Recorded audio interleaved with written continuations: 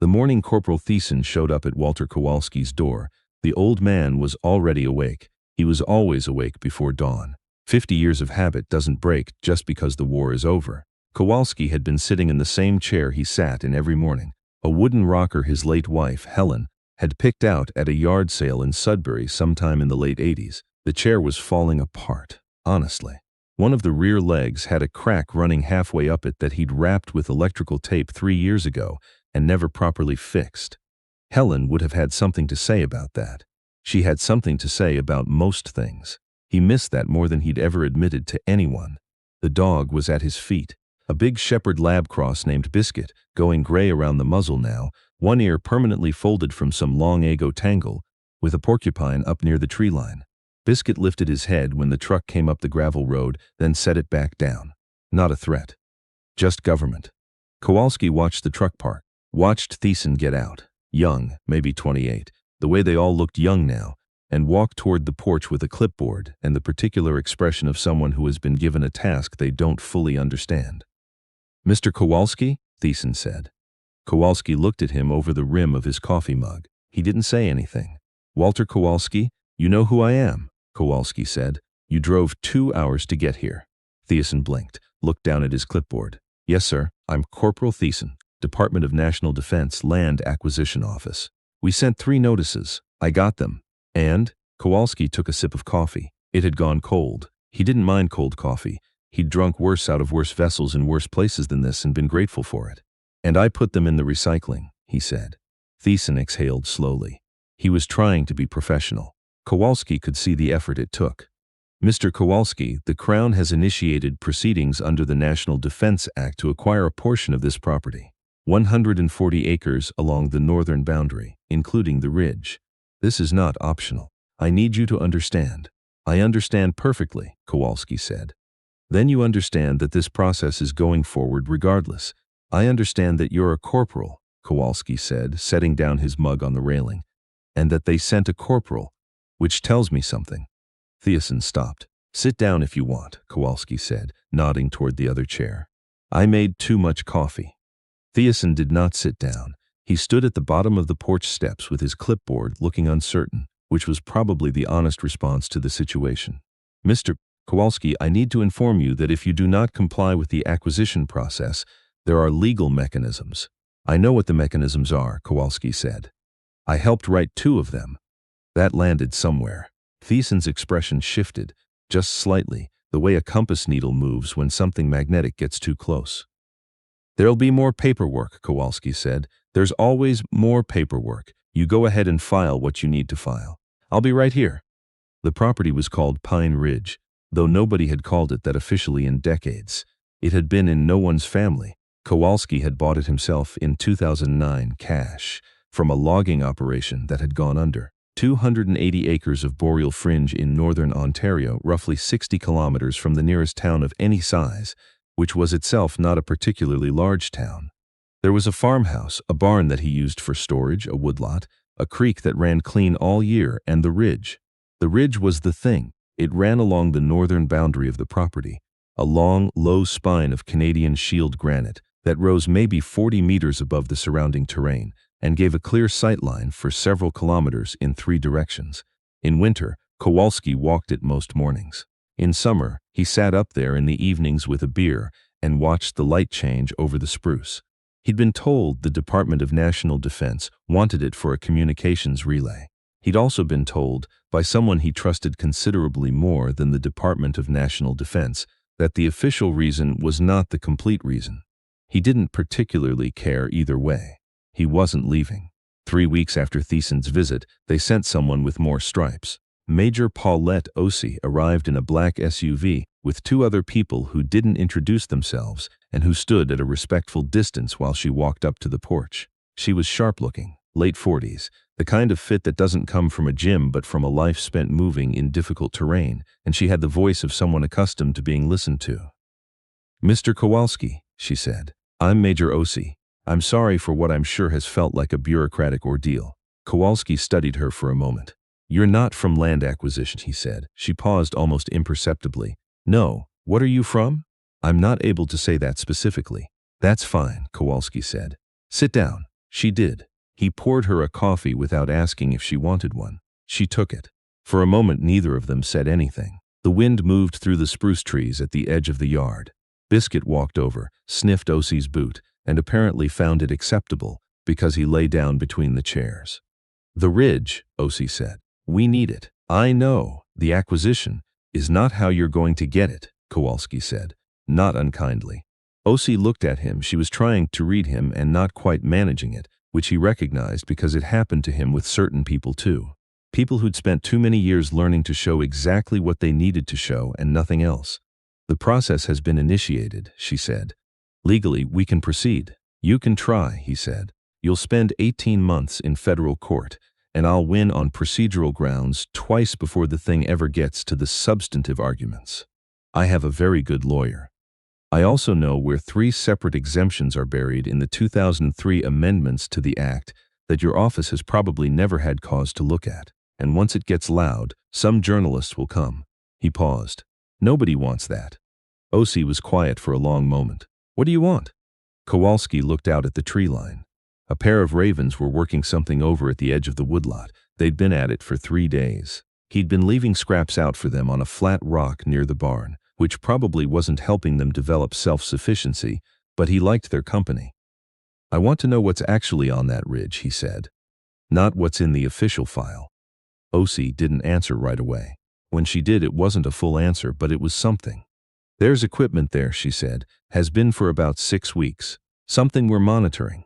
"Something," Kowalski said. "Something." He nodded slowly. "All right," I said. "All right, you'll cooperate." "All right, I heard you," he said. "Come back in a week." She left. The 2 silent people followed her to the SUV, and they drove back down the gravel road and were gone. Kowalski sat for a while.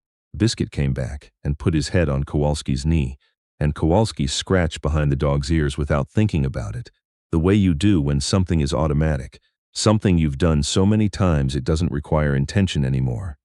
He was 68 years old. He had a bad knee, a lower back that informed him of weather systems before Environment Canada did, and a small scar on his left forearm that he'd explained to his doctor as a farming accident, which was technically not entirely a lie. He grew a kitchen garden. He canned tomatoes in September. He read a lot, history, mostly, but also the occasional novel, and he had a weakness for Scandinavian crime fiction that he'd never confessed to anyone.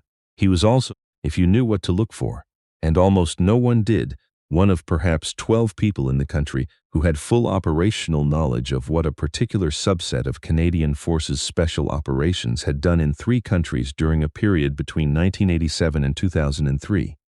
That did not officially appear in any accessible record. He thought about this only occasionally now. He had worked very hard to be a man who thought about it only occasionally. He picked up his coffee, found it cold, and went inside to make a fresh pot. The week passed. He split wood. He fixed the fence along the east paddock, where a moose had walked through it in October, and he'd been meaning to get to it since. He drove into town on Thursday for groceries and had lunch at the diner where the woman who ran the cash, whose name was Georgette, always asked him how the garden was coming, and seemed genuinely interested in the answer, which he appreciated. He did not think about the ridge. That was not true. He thought about the ridge continuously. He just did not act on his thinking. On the 6th day, he walked up there. It was a clear November morning, cold enough that his breath was visible, the ground frozen hard underfoot. He walked slowly because of the knee, using a stick he'd cut from a fallen ash tree 2 winters ago. Biscuit moved ahead of him, nose down, reading the frozen ground. He found the equipment about 60 meters from the crest. It wasn't hidden, exactly. They hadn't tried to conceal it from someone on the ground who knew where to look, though it would have been invisible from the road or from aerial photography at any altitude that wasn't specifically looking for it. A relay housing, roughly the size and shape of a small generator, anchored to a granite outcrop. Some antenna work. Cables running north. He crouched down slowly because of the knee and looked at it. He recognized the housing, not the specific unit but the design lineage. He'd seen earlier generations of this in places he didn't think about anymore. He stood back up, looked north along the ridge, looked at the cables. "Huh," he said to no one in particular. Biscuit looked at him. "Let's go home," Kowalski said. When Osie came back on day 7, she had more people with her this time. 2 vehicles. 4 additional people, and these ones did not hang back by the cars. They positioned themselves at the corners of the yard with the careful casualness of people who were not being casual at all. Kowalski watched this from the porch. He'd made a large pot of chili the night before and was eating some for breakfast, which was one of the freedoms he most valued about living alone. "You walk the ridge," Osi said. It wasn't a question. "It's my property," Kowalski said. She sat in the other chair without being invited this time. That was progress of a kind. "What did you make of it?" "I made of it," Kowalski said slowly, setting down his bowl, "that whatever you're monitoring isn't on my ridge, it's coming through my ridge. You're receiving something. Passively." He looked at her. "Which means whatever the actual source is, it's somewhere north of here, and you need this specific elevation and this specific ground composition to catch it cleanly. And you need it, without anyone noticing you need it." Osi's expression didn't change. She was good, but something around her eyes tightened fractionally, and Kowalski had been reading fractional changes in people's expressions since before she was born. "I'm going to ask you something," she said, "and I need you to tell me honestly." "I'll tell you what I can," Kowalski said. "Do you know what Sentinel Blue is?" The name was like a stone dropped into still water. The ripples moved through him, and he let none of them reach his surface. "Where did you hear that name?" he said. "A file," she said. "A file I was given partial access to. Your name is in it. My name, your name. A different rank, a different unit designation." She paused, "and a commendation that doesn't appear anywhere in the public record." Kowalski was quiet for a moment. He picked up his chili, ate a spoonful, put it back down. "How old are you, Major?" he said. 46 in 1994, he said. "You would have been, what?" "A teenager, 16, she said. "I was in a country I can't name," he said, "doing work that will probably never be declassified in my lifetime, possibly not in yours. Whatever's in that file is a partial record at best. The people who could give you the complete record are either dead or scattered. I understand that. Do you understand why I'm telling you this?" She thought about it. "Because you want me to know who I'm talking to," she said. "Not what, who?" He nodded. "The ridge is mine," he said. "Whatever you need to do up there, you come to me first. You tell me what's happening. You don't send corporals with clipboards. You don't initiate federal proceedings and hope I go quietly." He looked at her steadily. "And you tell me what you're actually tracking." A long silence. The ravens were back at the woodlot. Biscuit was asleep on the porch boards, legs twitching, chasing something in a dream, something he'd never quite catch. "There's a signals asset," Osi said carefully, "foreign, operating somewhere in the north. We've been trying to get a clean reading on it for 4 months. Your ridge is the only geometry that works." "Foreign how?" "Foreign as in not allied." Kowalski absorbed this, and CS knows, is involved, but they came to DND because of the terrain, because of the technical requirements. She paused, "and because of the file." He looked at her. "You came here because of my file." "We came here," she said, "because someone with access to the relevant archives suggested that the landowner might be," she chose her word carefully, "receptive, if approached correctly." Kowalski almost smiled. "Someone told you I wouldn't be the problem," he said. "If you didn't make me the problem." Something like that. He was quiet for a moment, looked out at the spruce, at the ravens, at the sky going from pink to pale blue the way it did on cold, clear mornings up here. "Leave the equipment," he said. "I won't touch it. You have access to the ridge whenever you need it, but you call first. No surprise visits." He looked at her. "And when this is done, when whatever you're tracking is resolved, you give me the full file. Everything that's in it." "I can't promise that." "I know, but ask." She nodded. "I'll ask." They came back 3 weeks later.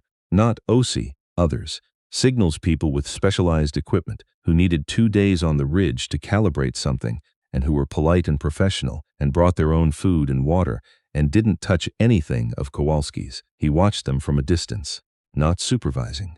Just watching, the way you watch weather move across the landscape, attentive without being attached. On the second evening, one of them, a younger woman, mid-30s, the kind of quiet competence that reminded him of people he'd worked with a long time ago, walked down from the ridge at the end of her shift and found him at the woodpile. "Mind if I ask," she said, "how long you've had this property?" "Since '09, he said. He set a piece of birch on the block and split it. "You from Ottawa?" "Kingston," she said, "originally. Long drive up. Worth it," she said. "The ridge is, its unusual geology, the granite composition, the orientation.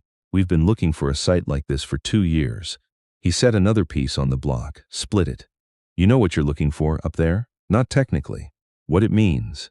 She hesitated. Some of it. That's probably enough, he said. Knowing all of it isn't always better. She looked at him for a moment with the expression people get when they're trying to figure out what someone meant. Then she said, I read a bit about the work done in the 90s, the Northern program. He stopped splitting wood, not dramatically, just paused. You have interesting clearances, he said. I do, she said simply. Then you know, he said, that the work we did up there wasn't about the technology was just the means. He set down the maul. What it was about was the patience, sitting in one place long enough that the place itself starts to talk to you. He looked at the ridge just barely visible through the spruce. That ridge has been there since the last ice age. It's been bouncing signals around up there for longer than any government has existed. We're just learning to listen. She was quiet for a moment. That's a better way to explain it than anything in the briefing documents, she said. Briefing documents, he said, picking up the maul again, are written by people who need to explain things to other people who don't understand them. When you understand something, you don't need that many words. She went back up the ridge. He finished splitting the wood.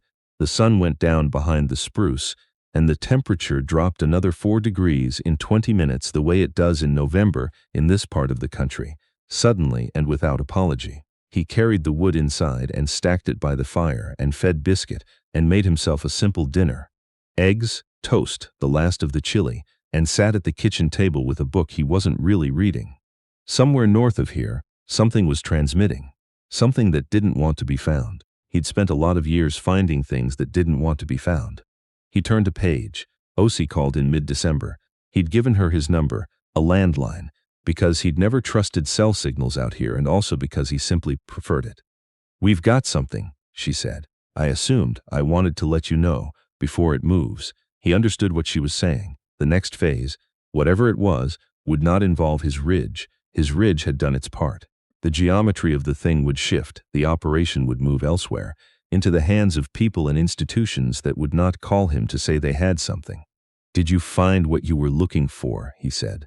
We found the source, she said. We're not done, but yes, we know where to look now. Good, he said. I put in the request, she said. For the file. I know you did. I don't know how long it'll take. Doesn't matter, he said. There was a pause. Outside, snow was beginning to come down. The first serious snow of the season, the kind that falls straight and silent and means business. Can I ask you something? O.C. said. You can ask. Why here? Of all the places you could have gone after. Why this specific piece of land in northern Ontario? He thought about it honestly, because she'd earned an honest answer. My wife grew up in this part of the country, he said. She used to talk about mornings like this, the snow, the quiet. She never got back here the way she wanted to. He paused. I came here for her, I suppose, and then I stayed for myself. Another silence. I'm sorry, O.C. said. About your wife. Thank you, he said. After he hung up, he sat for a while at the kitchen table. Biscuit was on his bed in the corner, deep asleep, occasionally twitching.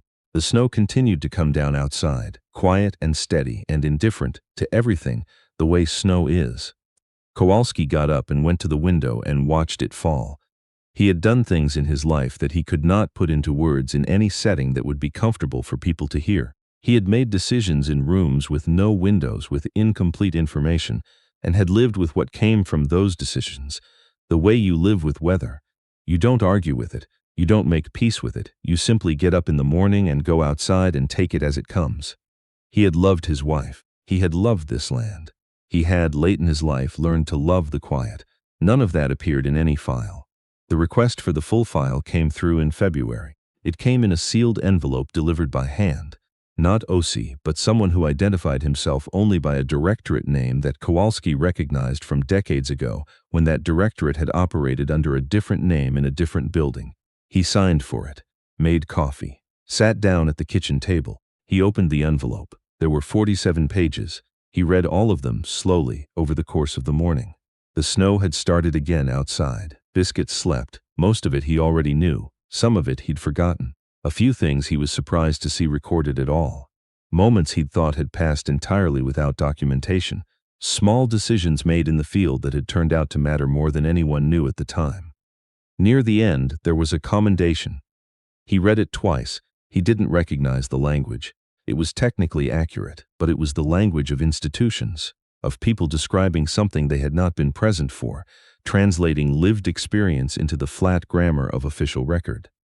The real thing had been different, louder and messier and much colder. He folded the pages back into the envelope and put it on the shelf above the wood stove, next to a photograph of Helen at a lake somewhere in Manitoba 20 years younger, laughing at something out of frame. Then he put on his coat and his boots, and he took his stick from beside the door, and he and Biscuit walked up to the ridge.